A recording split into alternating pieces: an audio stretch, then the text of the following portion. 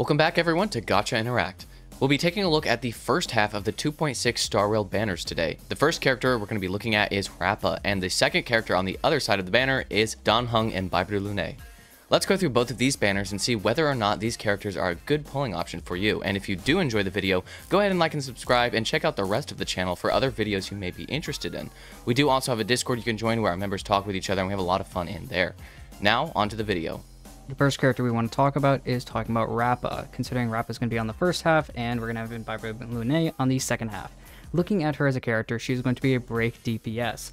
Now, overall, with her being a break DPS type character, you guys are going to want to focus on, with her kit, focusing actually by using her burst. We've seen this with other type of characters. Usually, they kind of focus on putting break on something, but basically with her ultimate, sorry, not her burst, her ultimate, totally wrong game, it states that it enters the seal form state, or Rappa will, and then it will immediately gain 1 extra turn, which will obtain 3 points of chroma ink, and increase the weakness break efficiency by 50% and break effect by 30%.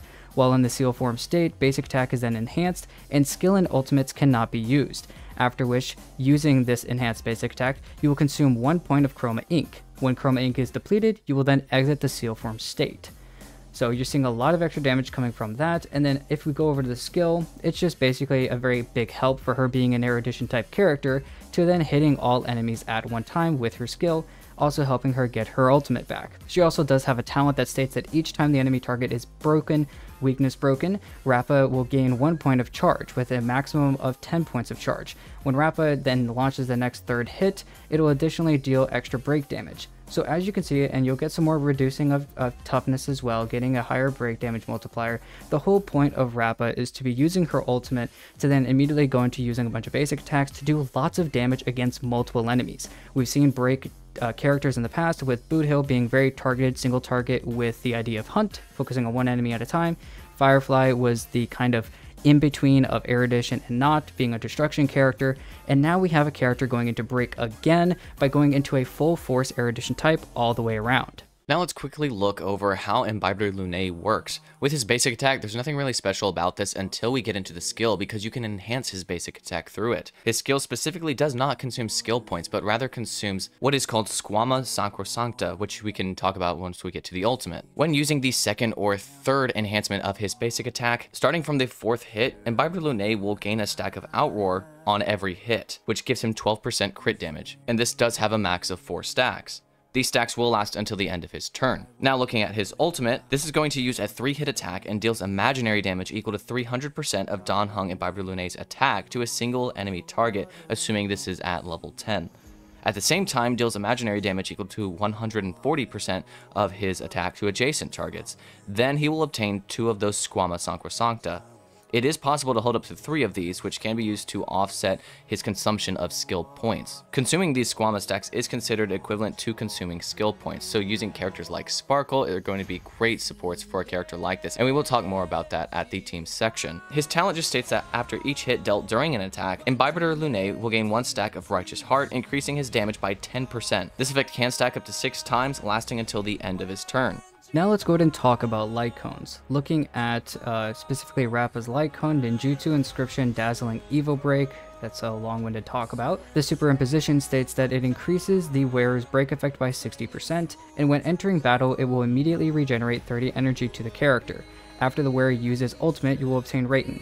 After using 2 basic attacks, advances the wearer's action by 50% and then removes this effect. After the wearer uses the ultimate, it will also reset this effect as well. So overall, we can see how this is very, very good for specifically talking about Rappa. The idea, I guess, with this really when we're looking at this overall is kind of more or less what an issue you might see kind of with some other characters. Overall, when we look at this, looking at other erudition type units, no other erudition type character wants that much break effect in them. And that's why it can be pretty difficult when we're looking at other units for this. It can be pretty difficult to go for other characters that want break effect, just because no one else really wants it. So in terms of using it for other characters, like most other Lightcones for 5-star characters, this is really only going to be sitting on Rappa anyways. Now, if we're kind of looking at other Lightcones that can be used instead of this for her, there are definitely a few that can work, especially ones that are more damage focused, but none that are really going to be obviously extremely really even close to her personal Lightcone that we see here, just because of how tailor-made it really is specifically for her. Now let's quickly look at Imbibitor Lunae's light cone called Brighter Than the Sun. Assuming this is at S1, it will increase the wearer's crit rate by 18%, and when the wearer uses their basic attack, they will gain 1 stack of Dragon's Call lasting for 2 turns. Each stack of Dragon's Call increases the wearer's attack by 18% and energy regeneration rate by 6%. Dragon's Call can be stacked up to 2 times. So obviously, very centered around Imbibitor Lunae, using your basic attacks to get more attack, more energy, and also just a nice buff of crit rate. So this can work on a lot of other characters just because it's not as specific or very unique. It is just a lot of stat increase, and there are other characters definitely that like to use their basic attacks. Looking overall now, jumping into the next part is looking at the question section of our videos. Now, normally at this point in time, we're going to be talking about, do you actually need either specific character on your account? How valuable actually are these characters overall in maybe meta sense, but also specifically for your account? So looking at Rappa first and foremost, with her, I don't know about you, Rift, but she's a great character. She looks like a lot of fun, and I definitely am going to be getting her. But you kind of already have to have that break team kind of started. And that's, I think, where the issue does come in. If you already have a Ruan-Mei set up, if you have, you know, the Harmony Trailblazer already built well, ready to go, maybe even a Gallagher or a Lingsha, you start to already have maybe another DPS at that point in time. Most likely you have Firefly or Boot Hill. And so it's almost a kind of conundrum that you come up with. By wanting to get Rappa ready, you kind of have to have all these other supports for break effect teams. But most likely, if you already have those teams set up, you probably already have a break DPS. Now, for me, I already have Firefly and Ruan-Mei and Harmony Trailblazer, and I already have Gallagher as well, already all built extremely well, but I still want Rappa as well. So it's more or less, you know, making that decision of, do you want another break DPS to really help you out? Are you having issues with clearing maybe content that's more focused on lots of different enemies at one time? That's where this really kind of tends to come in with Rappa specifically. I don't know, what are your thoughts specifically about her and her value, Rift? Well, I actually like a lot of what you said there. I think having those break teams already kind of set up and ready is going to be essential for a character like Rappa. Now, do I think she can work outside of that? Possibly, but I'm really not quite sure. As a break DPS, that's going to be her best in slot option as far as a team goes. I think when it comes to looking at these two characters, because they are both imaginary, it's really recognizing that Rappa is designed more specifically maybe for pure fiction, just as a character that can hit multiple enemies, all of the enemies on the field. She's going to perform very well there, whereas Imbibitor Lunae is probably more designed for Memory of Chaos or even Apocalyptic Shadow. He is a bit of an older character, so it's very expensive, I would say, to actually build his full team and get the most value out of it, because you can say he has been, quote, power crept by just newer characters, but he still can shine to an extent in his best teams. I just really think that the biggest thing here is recognizing that they have slightly different roles even as DPSs, even though they're both imaginary. Rappa's for pure fiction if you already can get Memory of Chaos and Apocalyptic Shadow cleared and you struggle in pure fiction, then me. Rappa's probably the character. Yeah. See, whereas I'm fine in pure fiction, but I struggle when it comes to Memory of Chaos. My biggest struggle is actually Apocalyptic Shadow. I really need a character that's designed for killing bosses. So a Boot Hill would probably be better for me as opposed to getting Rappa, because I already have many teams that can really just take care of pure fiction. I have Argenti, I have Jade, etc. So my account is, well, actually our accounts are very different in that regard. You have an account that's designed for more Memory of Chaos and Apocalyptic Shadow, but pure fiction, it's a little bit of a struggle. Now you still obviously have characters that can deal with it, but for me it's the opposite thing. I can't get all 12 in the Memory of Chaos. APOC I never clear as well all the way. I get to the 4th stage and get maybe 1 or 2 stars, but I just need more power. So I think when it comes to these characters and recognizing their value for your account, it's really recognizing what do you need in terms of end game. Yeah, I think that's probably the best way to put it, is that in terms of value with Star Rail, it's very much different than what you see in the other games. Usually specifically talking about Genshin, you kind of just need to fill the holes of elements mainly on your account.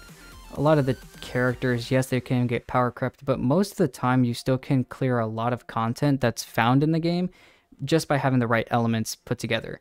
And once again, like you're more or less talking about, when it actually comes to the game with Star Rail, yes, it can be about specifically those, elements a little bit to break weaknesses, but the biggest thing is talking about paths. So like you said perfectly, Rappa, you're really having issues like I am with looking at Pure Fiction, that's going to be the way to go. But if you're more like Rift and you're having some issues with bosses, and even if you have maybe one team that does well, maybe you need another character in the future that could actually start to do well for the other side. But now into the next question, what kinds of teams are you trying to build?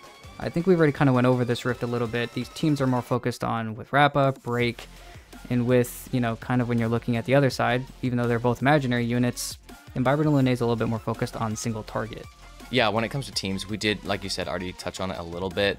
Rappa for the Break, obviously. Now, Imbibitor Lunae, I want to make it clear for maybe newer players or players that don't have him that he's a very hyper carry type of character. He has destruction. He's better for single target than a character like Rappa is going to be, but he has destruction, so he's kind of right in between. You've got your Hunt, which is solely single target, and then your Erudition just hits everything. But destruction units typically fall in between as like a happy medium, and that's what Imbibitor Lunae is. So knowing that, now Imbibitor Lunae back in the day was a very good character and still is, but because he is an older character, it's very expensive to build an actually good team around him that you can still expect to clear the endgame content presented to us, since it is a little bit harder than it used to be, as it should be. You see things like power creep, even if it's very minuscule, power creep is there, and that's a natural thing for games like this, really for any game, to be honest. But that's just something to keep in mind. If you are looking at Imbibitor Lunae, I would suggest you already have a character like Sparkle. Obviously, most people have good sustains, and it's not like you need a specific one for him. Just a good sustain in general. But Sparkle, I feel like, is kind of a must character for Imbibitor Lunae specifically, because you want to get all these extra skill points. Him using his skill with those Squama points on his character instead of using those skill points, they're still considered as using a skill. So Sparkle really likes that, and you can keep up her uptime with buffing the entire team. She's just a great character for characters like this. Once again, Imbibitor Lunae is kind of a hyper carry type of character, and any kind of hyper carry type of character really likes Sparkle. Yeah, also bringing characters that bring characters forward. For instance, Sparkle also does that job as well. I think, yeah, like you said, just kind of hit the nail on the head. Also, characters like Tingyun maybe that help with energy, just to maybe get the ultimate back. There's just a lot of characters that definitely will help more. I definitely think he's kind of like those older characters like even Blade, for instance, that have to have their light cone, have to have the correct perfect team to make everything just work perfectly in sync, or else you start to really have some major drop off. So overall, though, in terms of value, strong characters, and in terms of actually looking at the characters we have, Rappa's probably a little bit more newer friendly, quote unquote, but also really not, because you kind of already need such a big team to make her work well. That's not to say that, that doesn't work, but it just takes a little while to make her work well, because you need all that break. Imbibitor Lunae is similar, but in a different instance. You need almost overbearingly strong supports to actually make him worth it nowadays in the current meta. Yeah, I totally agree. Like for Rappa, I would say pull Ruanmei first, because that's going to be so helpful in setting you up for a break team in general, and then you can decide between Rappa, Firefly, Boot Hill, and something like that. It's just going to feel so much nicer probably if you just get Ruanmei first, plus Ruanmei can work outside of break teams in general. Yeah, exactly. So now looking at the next question we have, which is, do you need the light cones? Now, I don't know about you, Rift, but from what I've seen from these light cones, which most of the time we get to see this, obviously they're not going to work outside the characters. I think for both of these characters, if you get the character, the light cones are almost a necessity. Reason I say that is we've already talked about how strong these characters are, well, more or less how difficult it is to actually make them strong. Once again, with Rappa, you kind of have so many pieces that you have to put together, and one of those is most likely going to be the light cone.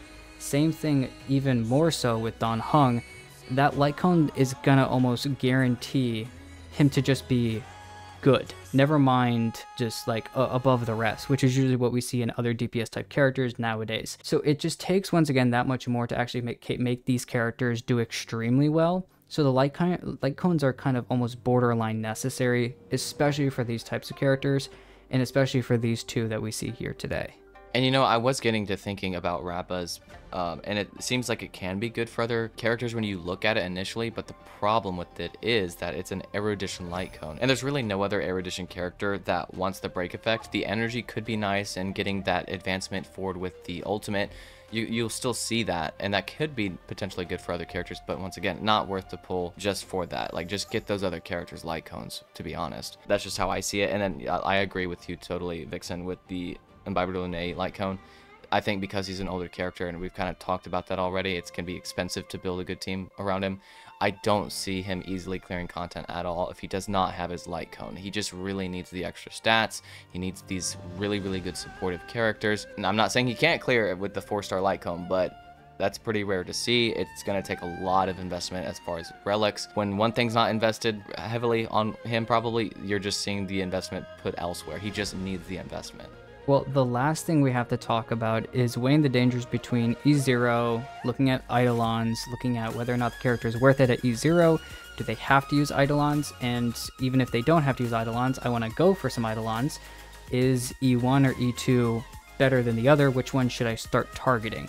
So at least for Rappa, for me, from what I'm seeing here, her first E1 or her first Eidolon, I think, before I actually get into that, E0 Rappa should be perfectly fine by herself. I think, honestly, that's going to do just fine. I think it's going to be pretty strong. There's a lot of parts in her kit, I think, that make her strong. If you get the light cone, you get the rest of the team set up, like Rift was talking about earlier, pure fiction is going to go absolutely insane. So for me, I think E0 is perfectly fine. What these Eidolons are going to start doing, though, if we look at the first one, it states that during the seal form state, or that state that you're going to get in your ultimate, the damage dealt by Rappa ignores 15% of the target's defense. After exiting the seal form state, you will then regenerate 20 energy. Her ultimate is really difficult to get from what I've seen. So getting the 30 energy from the light cone, once again, borderline necessary. And this is just going to make getting her ultimate back that much easier from, you know, just regular play. So honestly, getting the E1 is probably, my personal opinion, more worth than the E2, or more or less kind of like Hu Tao. The E1 is better than the E2 or something like that. You know, you kind of want one. If you have to choose one, you know, staying at the E1 is fine. So if you want to go for Eidolons, if you stop at the E1, it's okay, because this one's probably a little bit stronger, barely. Looking at the E2 though, it states that the enhanced basic attacks that you get in your ultimate, the first 2 hits that you have their toughness reduction against one designated enemy increased by 50%, which can be extremely strong, because the first 2 hits are, the first hit is hitting one enemy, the second hit is hitting one enemy plus adjacent, and the third hit is hitting all the enemies on the field. So this can be extremely good, especially to help weakness or the toughness reduction with the other break units we see in Firefly and Boot Hill. They both use their ultimates or whatnot, or one uses a skill, one uses an ultimate, to apply their element or for a weakness on the enemy. It allows them to break a lot faster. With her, she used a lot of toughness reduction. So going into toughness reduction even more in her ult or her E2 allows a little bit more for that breaking to happen a little bit quicker. So I think overall though, still for me, the E1 is still stronger.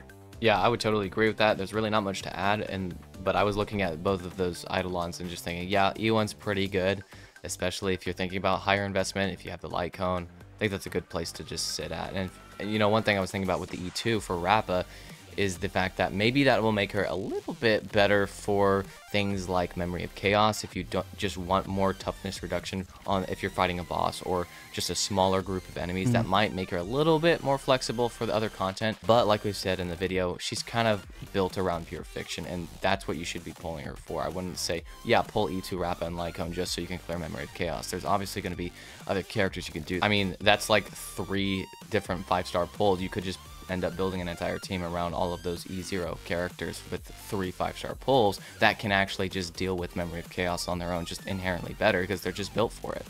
So pure fiction Rappa, and then with Imbibitor Lunae, let's look at his Eidolons. His first Eidolon will increase the stackable Righteous Heart count by 4 and gain 1 extra stack of Righteous Heart for each hit during an attack. Now, if you don't remember what Righteous Heart is for Imbibitor Lunae, that's just his talent it's referring to, and it just states that every enemy he's hitting is giving him 10% more damage, stacking up to 6 times. So if you're doing the ultimate and then followed right up by the skill that hits like 7 different times at maximum enhancement with the basic attack, you can now stack this up to 10 times, get 100% just more damage. So you're essentially building them up to double damage now, and that's pretty good. But it is just 4 stacks, so it's a 40% damage increase if you can get it, and the way you get it is by hitting more opponents, and then you also just gain an extra stack for each hit. So Essentially what this is actually doing, instead of getting 1 per hit, you get 2 per hit, which means if the cap now is 10, you only need to hit something 5 times to maximize this damage increase from his talent, whereas before at E0 it's 6 times to maximize it, and that max is only 60% damage increase. So it is pretty good, but let's look at the E2 and see if it's a little better or worse. His E2 states that after using his ultimate, Dan Heng Imbibitor Lunae's action is advanced forward by 100% and gains 1 extra Squama Sacrosancta. Now, this may not seem like a lot at first, but that 1 extra stack from the ultimate of that Squama stuff, at E0 or even E1 without the E2, he's getting 2 of these stacks that you can see by his little playable character icon if you're playing the game.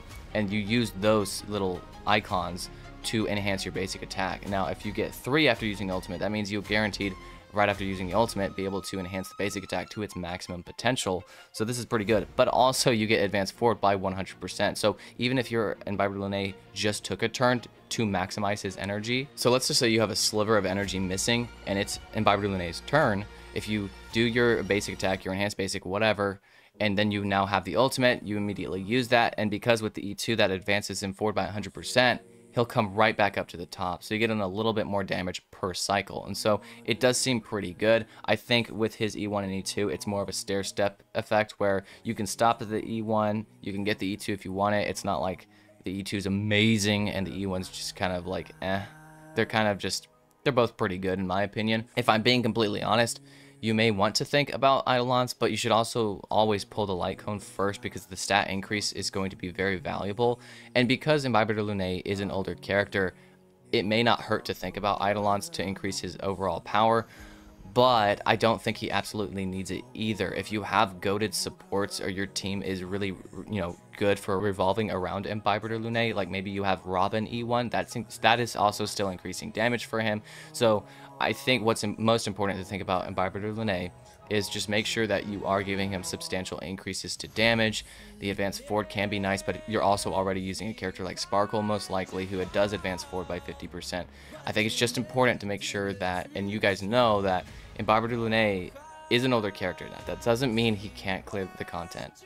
He's just harder to build for it. I think, Vixen, I liked earlier in the video you brought up Blade, and I think that's a great example of just needing more investment. The Blade Jingliu team needs a lot more investment than usual teams do, because you want to make sure they're synergizing off of each other, and then you usually most likely need Luocha because he's just a sustained character kind of built for that specific team. It's just, once again, it's an expensive team, and I think the same thing can be said with Imbibitor Lunae.